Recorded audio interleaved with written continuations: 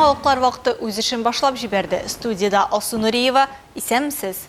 Здесь сегодня представлены лучшие работы наших отдыхающих. 8 ел бергә Кырым белән Россия кушылуын әлбәттә дә бәйрәм иттеләр. Безнең бурыч азык-төлек продукциясын 6-10%-ка арттырып җитештерү. Иң авыр һәм күп чыгым таләп итә торган эшләр башланды. Хуҗалыклар язгы чәчүгә әзерләнә.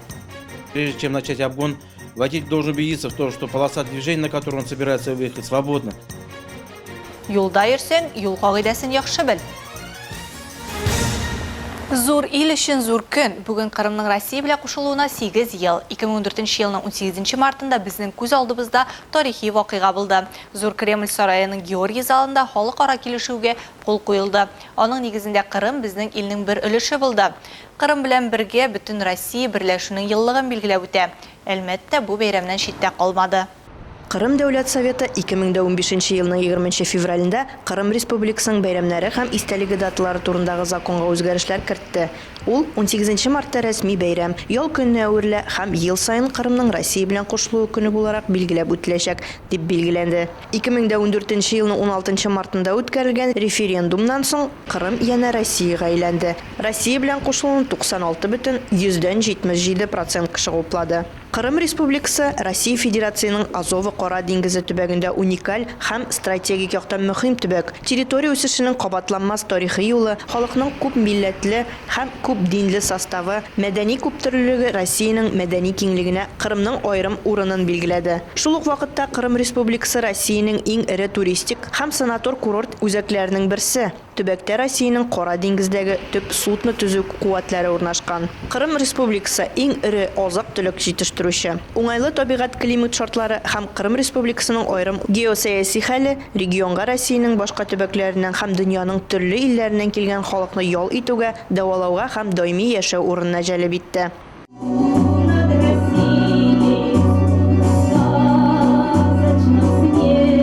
Әлбәттә, бу бәйрәмнән читтә калмады. Музыкасыз бәйрәм буламыни инде ул? Ветеран-инвалидларны тернәкләндерү үзәге реабилитантлары өчен концерт программасы уздырылды. Аны музыка мәктәбе укучылары һәм игелек бүләк ит волонтерлар әзерләде.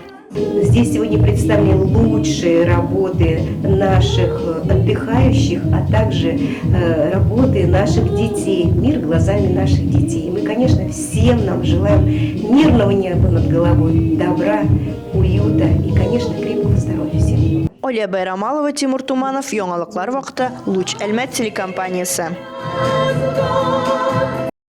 Татарстанда бүтін дөнья кулланучылар хокукларын яклау көненә багышланган кайнар линия эшли башлады. 25 мартка кадәр халык сорауларына кулланучылар хокукларын яклау һәм кеше иминлеге өлкәсендә күзәтчелек федераль хезмәтенең Татарстан Республикасы буенча идарәсе хезмәткәрләре, шулай гигиена һәм эпидемиология үзәге белгечләре җавап бирәчәк. Законнарны үтәү буенча сорауларны республиканың гигиена һәм эпидемиология үзәгенең кулланучылар консультациясе үзәге телефоны буенча бирергә мөмкин. 843-221-9016. Шулай ук кулланучылар күзәтчелеге идарәсенә 917-224-87-94 телефоны буенча мөрәҗәгать итеп була. Шалтыратулар эш көннәрендә кабул ителә. Татарстан президенты Рөстәм Миңнеханов республика аграриялары алдына быел кимендә 4 миллион тонна ашлык җыеп алу бурычын куйды. Ул язгы кыр эшләренә актив әзерләнергә чакырды һәм бу ел авыл халкы өчен тагын да уңышлырак булыр дигән ышаныч белдерде. Шуннан да чәчүче районда якынлаша. Дөньядагы вәзгыять шартларында ул гади булмаска да мөмкин дип белгечләр. Минераль ашламалар, кайбер төр яшелчә культуралары орлыклары белән тәэмин итү белән проблемалар туырга мөмкин. Шулай да агросәнәгать комплексы хезмәткәрләре өметне югалтмый. Теманы Рәдифә Нумганов дәвам итә. Көнбатыш илләренең Россиягә карата кулланылган санкцияләре агросәнәгать өлкәсендә нинди чагылыш тапкан? Быелгы сезонда Әлмәт районы авыл хуҗалыгы хезмәтчәннәре нәрсә өмет итә? Бу һәм башка сораулар белән без районның авыл хуҗалыгы һәм азык-төлек идарәсе начальнигы Фәрис Шарафиевка мөрәҗәгать иттек. Максатлар да өметләр дә зурдан дип башлады сүзен идарә җитәкчесе. Татарстан Республикасы Рөстәм Миңнеханов республика агросәнәгать хезмәтчәннәре каршысында зур бурыч куйды. Азык-төлек җитештерүне ким дигәндә 7%-ка арттыру. Кечкенә генә сон артында олы хезмәт торганын барыбыз да аңлый. Әлмәтлеләр моңа әзер ди Шәрәфиев. Минераль ашламалар гектарына 30 килограмм тәшкил итә. Безнең бурыч азык-төлек продукциясын 6-10%-ка арттырып җитештерү. конечно, в сравнении с 2020 годом. Кайбер хуҗалыкларда шиделдә җитештерелгән техника өчен запас частьләр кайтару буенча проблемалар бар. Мисал өчен, Союз агро җәмгыятендә. Тик бу кичектерелеп булса да, тик һичшиксез хәл ителәчәк мәсьәлә ди җитәкче. Әлбәттә, минераль ашламалар туплау юнәлешендә дә эшлисе бар. Аның каравы ягулык материаллары белән тәэмин ителештә өзеклекләр юк. Бу мөһим. Республика җитәкчелеге куйган тагын бер бурыч тора, ул да булса яшелчә үстерүне тергезү. Бу юнәлештә дә алга китеш бар ди идарә начальнигы. Безнең районда без беләбез кооператив деревня бар. Бу елда алар площадьларны арттыра 10%-ка и ел азагына ожидаем 3500 тонна яшелчә аларга. Также бар фермер Григорьев, ул бәрәңге үстерәчәк. Рәдифа Нугманова, Марат Халиуллин, яңалыклар вакыты, Луч компаниясе. Әлбәттә, кече һәм урта эшмәкәрлеккә ярдәм итү буенча оператив штаб үз эшен башлады. Оператив штабны башкарма комитет җитәкчесенең икътисад буенча урынбасары Андрей Николаевич Подавалов җитәкли. Әлеге оператив штаб тарафыннан төрле тармаклар буенча очрашулар уздырыла. Бьюти-индустрия, медицина өлкәсе, транспорт компанияләре һәм автомастерскойлар буенча очрашулар бу атнада булса, киләсе атнада 22 март 14 сәгатьтә сәүдә өлкәсендә эшләүче эшмәкәрләр белән очрашу көтелә. Гражданнарны шәхси кабул итү Ленин урамы 39-нчы йорт адресы буенча урнашкан башкарма комитетның 217-нче кабинетында сишәмбе көнне 14 сәгатьтән 16 сәгатькә кадәр булачак. 88553 390109 телефоны буенча кайнар линия оештырылган. Анда эшмәкәрлекнең барлык сораулары буенча мөрәҗәгать итәргә мөмкин. Юлда булган хәбәрләргә күчәбез. Әлбәттә, узып барышы атнада 3 юл транспорт һәлакәте теркәлгән. Өчесе дә диярлек юл йөрешендә катнашучыларның игътибарсызлыгы аркасында килеп чыккан. Алия Бәйрәмалова тулырак. 17 март көнне 17 сәгатьтә Тельман урамындагы 68 номерлы йорт ишек алдында КАМАЗ автомобилен йөртүче ишек алды территориясы буйлап хәрәкәт иткәндә җәяүлегә өстенлек бирми һәм 14 яшьлек үсмерне бәрдерә. Юл транспорт һәлакәте нәтиҗәсендә җәяүле тән җәрәхәтләре ала. Хастаханәгә илтелә, табиблар күзәткәннән соң өенә озатыла. Берничә сәгать алданрак Ленин урамында да 35 яшьлек хатын-кызны бәрдерәләр. Ленин урамы буенча хәрәкәт иткән Fiat автомобиле йөртүчесе Чехов урамы ягыннан көйләнми торган җәяүләр кичү юлы буенча хәрәкәт иткән җәяүлегә өстенлек бирми.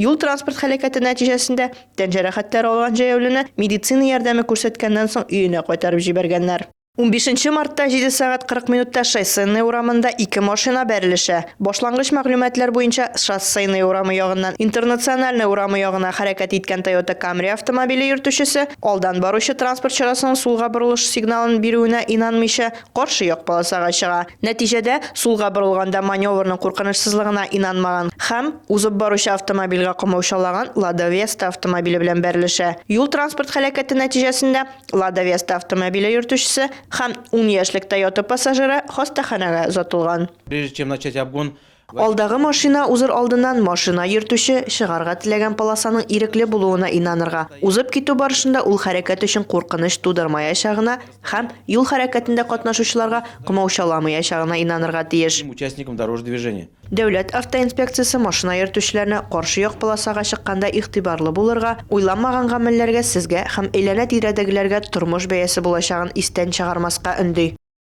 Россия пенсия фондында хисапта торучы пенсионерлар саны 2021 елда 970 меңгә кимгән. Бу исә бюджет экономиясенә китергән. Ләкин бу да халыкның аз якланган катламына ярдәм чыгымнары белән капланган дип яза РБК сайты. Мондый кимү 1990 еллар башыннан башлап иң максималь күрсәткеч. Монда сүз пенсия фондында исәптә торган кешеләр турында бара. Бу күрсәткеч оборона, Ичке эшләр министрлыгы тикшерү комитеты системасыннан пенсия алучыларны үз эшенә алмый. 2020 елда Россиядә үлем очраклары 18%-ка, ягъни 323,8 мең кешегә арткан. Росстат мәгълүматларына караганда, бу очракларның төп өлеше 274 мең кеше эшкә яраклы яшьтән өлкәнрәкләргә туры килгән. 2020 ел белән чагыштырганда, 2021 елда үлемнәр 15,1%-ка, ягъни 321 мең кешегә арткан. Хисап палатасы хәбәр иткәнчә, 2021 елда пенсионерлар саны кимү пенсияләр түләү өчен бюджет системасы чыгымнарын 110-220 миллиард сумга киметергә мөмкинлек биргән. Ә хәзер кыска вакытлы реклама бүленәчәкбез. Аның артыннан ук безнең эфирда.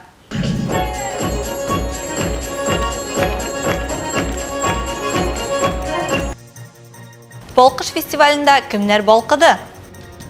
Сугышта катнашкан, җиңеп кайткан, җиңеп сугыштан председатель колхозы булып эшләгән. Ознакайда бильярд буенча турнир узды. Бокс в первую очередь развивает в детях выносливость, силу воли, характер. Хәрәкәт итәргә сугарга, шул ук вакытта үзеңә суктырмаска. Бокс акыллылар спорты. Реклама тиз ошак. Безнең белән калыгыз. Эфирда яңалыклар вакыты дәвам итәбез. Әле бит әле генә иң матур мәле генә яши башлаганыбыз кебек шак белеп тәмен генә. Җырда җырланган бу сүзләр йөрәкләр яныннан туктамас пенсионерларыбыз хакында.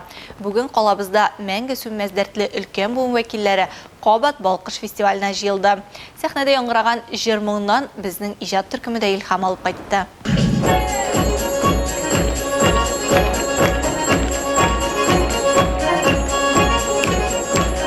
Балкыш Республика күләм фестиваленең 10 еллык тарихы бар. Беренче тапкыр ул 2012 елда уздырылган. Быел 7нче тапкыр зурлап үткәрелә. Бу республикада ветераннар арасында үткәрелүче иң масштаблы конкурс.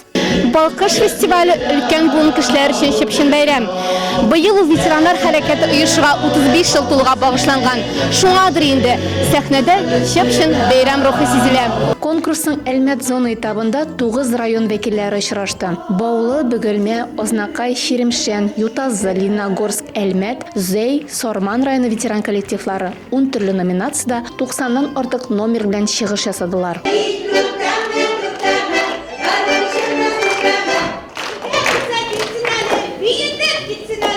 Хор, ансамбль чыгышлары, нәфис сүз, бию номерлары, сәхнәне энергияләре ташып торган әфәнделәр һәм ханымнар балкытып торды. Фестивальнең кунагы Татарстан Республикасы ветераннар региональ иҗтимагый оешмасы рәисе Хәбир Иштираков. Әлеге фестиваль ветераннар тормышында бик мөһим, кирәкле чара. Монда катнашкан кешеләр яшәреп китә дигән фикердә. Ялга чыккачтан үзләрендә нидер көч табалар.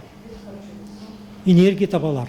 Әйме, бу сәламәтлек өстендә эшләүдә. Югыйсә менә хәзер сәхнәгә чыгып бер җырлау, ул русча әйтсәң гармония счастье бирә улаймы? Бәхет балкона йөзләренә карагысызларны чыккачтан.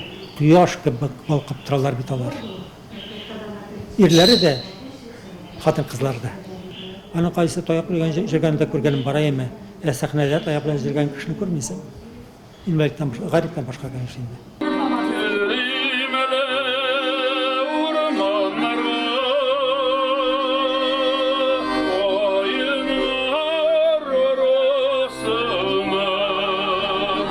Номерларга әзерләнү берничә ай алдан башланган. Башта район буенча сайлап алу турлары үткән. Ознакайлылар да Әлмәткә әзерләнеп килгәннәр. Алар ел сайын конкурсның актив катнашучылары. Ялга чыккач, пенсияга киткәч, кеше нәрсә эшләргә белмәй. Шәһәр төзендә торган кешеләр бакчасы булса җәйкене бакчада йөри. Менә шушы иҗатка бирелгән кеше, матурлыкка омтылган кеше, ул иҗат дигән әйбер аны эләктереп ала һәм ул тиз генә сәхнәдән китә алмый. Безгә бу аралашыр өчен бер матур чара. Конкурсның зона этабы буенча иң яхшылар май аенда Казанга гала концертка барачак. Алсу Мирбаров, Али Сафин, яңалыклар вакыты Лучан телекомпаниясе. Тантана Республика театр премиясы комиссиясы номинантлар исемлеген чыгарды. Бу хакта Татар информ агентлыгы хәбәр итә. Күп санлы исемнәр арасында Әлмәт театры артистлары да бар. Динар Хөснетдинов иң яхшы эпизодик роль. Татарстанның атказанган артисты Наилә Нәҗипова, шулай ук Диләрә Фазыева белән Инҗи Сайфетдинова икенче пландагы иң яхшы хатын-кыз роле. Икенче пландагы иң яхшы ир-ат роленә Ойрат Мифтахов, иң яхшы хатын-кыз роленә Татарстанның атказанган артисты Мәдинә Гайнуллина, шулай ук Миләүшә Хафизова, иң яхшы ир-ат роленә Ойрат Мифтахов һәм Динар Хөснетдинов. Зур формула иң яхшы спектакль номинациясенә Әлмәт театрының җил артыннан ул әле мәгән иде спектакльләре сайлап алынган. Лауреатлар 27 март Халыкара театр көнендә Чаллы Татар дәүләт драма театры сәхнәсеннән игълан ителәчәк. Шул көнне сезон казанышлары өчен һәм намус һәм тугрылык номинацияләре буенча җиңүчеләр билгеле булачак. Аларның номинантлары алдан күрсәтелми. Ознакай шәһәренең Оазис бильярд клубында район үсешендә тирән эз калдырган күренекле шәхес Канагат Газизуллин истәлегенә традицион турнир уздырылды. Ярышка Казан, Әлмәт, Лениногорск, Октябрьский, күрше тирә районнардан бильярд уйнаучылар килгән иде. Бу хакта тулырак алдагы сюжетыбызда. Канагат Газизуллинга багышланган мондый ярышлар Азнакайда инде 2010 елдан бирле уздырыла. Район башлыгы Марсель Шайдуллин барлык катнашучыларны сәламләп, очрашуны оештырган Газизуллиннар гаиләсенә рәхмәтен җиткерде, уенчыларга уңышлар теләде. Сугышта катнашкан, җиңеп кайткан, сугыштан председатель колхоза булып эшләгән, шундый безнең абыйыбыз, Канагат абый истәлегенә шундый матур турнир оештыргансыз. Рәхмәт сезгә. Азнакайлылар яхшы хәтерли, Канагат абый ачык йөзле, мәрхәмәтле, эшкерсез, җыр телле иде. 1942 елда Бөек Ватан сугышына китә. 3 мәртәбә авыр яраланып, 1947 елда гына туган ягына әйләнеп кайта. 2 Кызыл Йолдыз ордены, Дан ордены, 1-нче дәрәҗә Бөек Ватан сугышы ордены күп кенә медальләр белән бүләкләнә. Буралы, Әгерҗе авылларында хуҗалык рәисе булып эшли. 2 тапкыр хезмәт Кызыл байрагы орденына лаек була. Безнең әтине безнең өчен үрнәк кеше. Biz инде һәрбер моментта, һәрбер көнне, һәрбер вакытта да аны хәтерлибез, истә тотабыз. Нәрсә генә эшләсәк тә, тормыш юлында нәрсә булса да, без аларга еңәшкә төшә идек. Аның белән әти нишлибез дип. Нишлим, менә шулай шундый эшләргә предлагается, эштән эшкә күчкәндә дә шулай булды. Хәзер дә нәрсә эшләсәк тә, ул безнең искә төшә. Бүгенге көнгә кадәр без әле дүртебездә исән, балаларыбыз барысы да менә шушылай оныкларыбыз безне куандыра. Берсеннән берсе уңышлары. Алар күбесе спорт белән шөгыльләнәләр. Канагат абый үзе дә шахмат, бильярд уеннарын бик ярата торган була. Барлык җәмәгать эшләрендә актив катнашып килә. Очрашуда катнашучылар үз чыгышларында бу хакта истәлекләрне яңарттылар. Бу шушы еланы дәвам итү өчен моны башлап ибәрүчеләргә, балаларына, туганнарына, оныкларына бик зур рәхмәт. Шушы бәйрәмне без һәр елны шатланып көтеп алабыз. Киләчәктә дә шушындай ярышларда, бәйрәмнәрдә очрашырга язсын. Сәламәт булыгыз, рәхмәт. Бильярд ярышларының җиңүчесе булып Азнакайдан Рауль Бахтиозин танылды. 2нче урында шулай ук Азнакайлы Райхан Габдрахимов. 3нче урынны Әлмәт шәһәреннән Альберт Якупов яулады. Илмира Шәрифуллина, Рөстәм Акбаров. Яңалыклар вакыты Луч Әлмәт телекомпаниясе. 9 марттан 17-сенә кадәр Чебоксары шәһәрендә бокс буенча профсоюзы Россия беренчелек узды. Анда 2006-2007 елгы илебезнең 28 регионнан иң көчле 150 спортчы катнашты. 46 килограмм авырлык категориясендә Әлмәтле Илдан Шәңгәрәев 2нче урын иясе булды. Боксчы калабызның 10нчы мәктәбендә укый. Диван Юность бокс клубында Раджив Низамиев һәм Сергей Борматов та шөгыльләнә. Бокс йодрыклар селкетүгенә түгел, ул стратегик спорт түрі. Биредә турыдан-туры бош эшләргә мәҗбүр булган мизгелләр күп. Бокс хәрәкәтләренең координациясен һәм төгәллеген үстерә, реакцияны яхшырта, чыдамлыкны, мускул көчен арттыра, кешене җыйнаграк итә. Шулай ук фикерләүгә дә уңай йогынты ясый. Бокска кешене тагын нәрсә алып килә? Бу хакта Лина Хәсәншина белеште. Либо по праву, можно отсюда зайти, здесь раз, два, три, отсюда зайти, раз, два, три. Бокс контактлы спорт түрі. Ул зур физик көйләнешне күздә тота. Боксчы психологик разрядка ала, теләсә инде ситуацияга тиз арада җавап бирү сәләтенә ия була. Бокс белән шөгыльләнү кеше организмына нәрсә бирү турында безгә 17 еллык тәҗрибәсе булган тренер Раджив Низамиев сөйләде. Боксом занимаются дети у нас с 7 лет.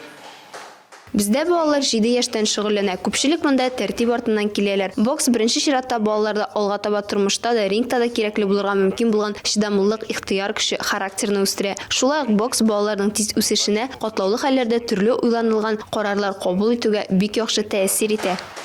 Взвешенных решений в очень сложных ситуациях. Яшь боксчылар үзләрен һәм якыннарын ничек яклап була икәнне белсәләр дә, осталыклары һәм белемнәрен бары тик тренировка һәм ярышларда гына кулланалар. Вообще я против драк на улице. Лучше решить словесно. Мин урамдагы сугышларга каршы, сүздә хәл итү яхшырак, мин көчләүгә каршы. Элегрәк миңа бәйләнә башласалар да, бокс белән шөгыльләнүемне белгәч, куркалар иде. Так, было раньше, что даже если до меня могут докопаться, то они могут узнать, что я занимаюсь боксом и боятся меня. Раджив Низамиев боксның бернинди тискәре яклары да юк ди. Вакытында баланы яхшы кулга тапшырсаң, аның үсешендә яхшы нәтиҗә бирә ди. Вот только недавно у нас с Приволжского федерального округа вернулся. Күптән түгел генә Идел-Буе федераль округы беренчелегенә безнең боксчы Бормутов Артем кайтты. Ул анда 2нче урынны алды. Шул рәвешле Чехов шәһәрендә узачак Россия җыеннарына һәм беренчелегенә сайлап алынды. Бездә шулай ук башка яшьләрдәге республика җиңүчеләре дә шөгыльләнә. Бу республиканың җиңүчеләре Шәңгәрәев Илдан, Юсупов Илназ, Манукян Роман, Гудошников Роман. Барысы да әйбәт, лаеклы егетләр. Егор, очень все хорошие, достойные ребята. Рамазан Салахов 7 яшьтән шөгыльләнә. 13 яшьлек спортчы кичкенәдән бокска гашыйк. Аның кумиры Майк Тайсон. Рамазан республика турнирында җиңәргә тели. Ярышларга әйбәтләп әзерләнә. Республика призеры һәм җиңүчесе булып тора. Европа чемпионы һәм призеры булырга хыяллана. Начал я заниматься боксом, потому что мне сразу с детства понравился этот вид спорта. Мы с папой болели. Бәләкәйдән ошый шуңа бокс белән шөгыльләнә башладым. Әти белән бергә карый идек. Миңа бокс бөтенләй бирелергә, хис-тойгыларны алып куярга мөмкинлек бирүе белән ошый. Спортом. И вот. И мне нравится бокс, потому что в нем можно выложиться на 100% и убрать свои эмоции. Боксны күпләр рингтагы иратлар һәм күп санлы травмалар итеп күз алдына китерә. Ләкин бу фикер ялгыш. Бокс белән җинес һәм физик форма нинди булуга карамастан теләге булган һәркем шөгыльләнә ала. Меняемся к лучшему проекты катнашучылары өчен дә бокс искәрмә булмады. Телекомпаниябыз ханымнары һәм туташлары әлеге спорт түрен нечкәлекләре белән танышты. Лина Хәсән, Айдар Кәбиров, Яңалыклар вакыты, Луч Әлмәт телекомпаниясе. Бу сезгә ишеткәрәсе соңгы мәгълүматыбыз иде.